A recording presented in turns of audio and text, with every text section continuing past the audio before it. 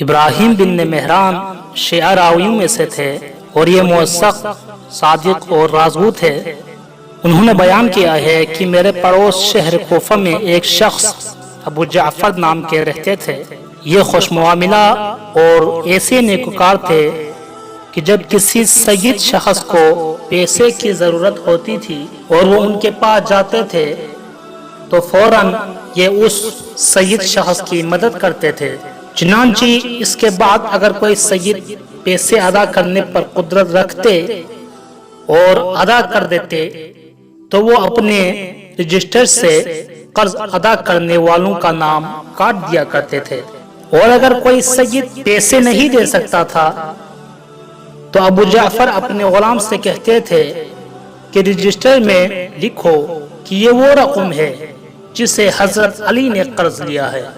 کچھ دنوں بعد ابو جعفر فقیر و غریب ہو گئے اور تمام ثروت و دولت ختم ہو گئی۔ نتیجہ میں روزانہ اپنے گھر میں بیٹھتے تھے اور رجسٹر کو اپنے سامنے کھول کر دیکھا کرتے تھے۔ اگر کسی کا نام ملتا تھا کہ قرض لیا ہے تو اس شخص مقروض کے پاس کسی کو پیسہ لینے کے لیے بھیجتے تھے کہ اگر زندہ ہے تو آ کے قرض ادا کر دے، اور اگر شخص مقروض انتقال کر چکا ہوتا تھا تو اس کے نام کو رجسٹر سے کاٹ دیا کرتے تھے۔ ایک روز ابو جعفر گھر کے باہر بیٹھے تھے اور حسب دستور اپنے رجسٹر میں دیکھ رہے تھے کہ شیعوں کے ایک دشمن کا آپ کے پاس سے گزر ہوا۔ وہ شخص ابو جعفر کے حالات سے واقف تھا۔ اس نے مذاق اڑاتے ہوئے ابو جعفر کو طعنہ دیا کہ تیرے سب سے بڑے مقروض حضرت علی بن ابی طالب نے تیرے ساتھ کیا کیا؟ ابو جعفر اس کی بات سے غمگین اور رنجیدہ ہوئے اٹھے اور گھر کے اندر گئے، اور جب اس روز سوئے تو رات میں حضرت رسول خدا صلی اللہ علیہ وآلہ وسلم کو خواب میں دیکھا کہ رسول اللہ کے پاس حضرت امام حسن اور حضرت امام حسین بھی موجود ہے۔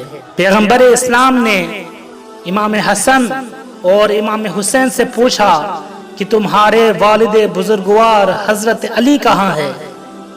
اتنے میں حضرت علی تشریف لائے اور کہا یا رسول اللہ میں یہاں ہوں، اگر کوئی کام ہو تو فرمائے۔ اس وقت رسول اللہ نے حضرت علی سے فرمایا کیوں ابو جعفر کے قرض کو ادا نہیں کر دیتے؟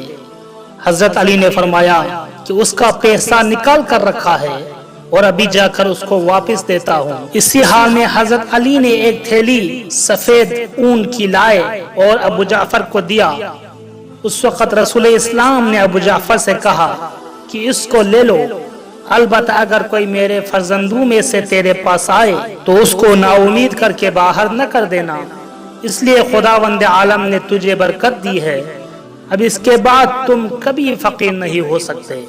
ابو جعفر جب خواب سے بیدار ہوئے اور اپنے ہاتھوں کی طرف دیکھا، ایک تھیلی سفید اون کی ان کے ہاتھ میں تھی۔ اسی وقت رات میں اپنی بیوی کو جگایا اور کہا کہ چراغ جلا دو۔ جب چراغ روشن ہوا تو ابو جعفر نے تھیلی کھولی، اس میں 1000 اشرفی سونے کی تھی۔